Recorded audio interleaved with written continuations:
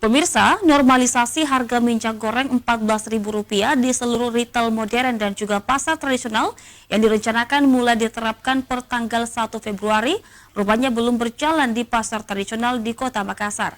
Meskipun minyak goreng kemasan mudah ditemukan di pasaran, namun harganya masih di atas Rp14.000 per liternya.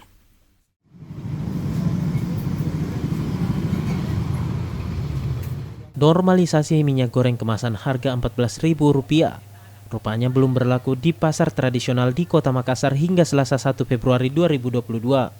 Berdasarkan pantauan tim liputan Celebes TV di Pasar Terong Kota Makassar, meskipun minyak goreng kemasan mudah ditemukan, namun sejumlah toko masih menjual minyak goreng kemasan dengan harga di atas Rp14.000. Adapun harga minyak goreng di Pasar Terong Kota Makassar dibanderol dengan kisaran harga yakni Rp18.000 hingga Rp22.000 per liternya.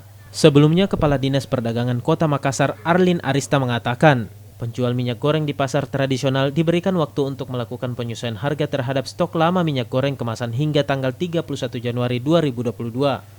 Sehingga pertanggal 1 Februari, pasar tradisional harus menjual minyak goreng kemasan dengan harga Rp14.000.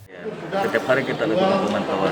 Nah, tadi kita sudah sepakati setelah barangnya dilakukan penyesuaian dari supplier, distributor, maka semua harga akan berlaku Rp14.000 di pasar tradisional juga.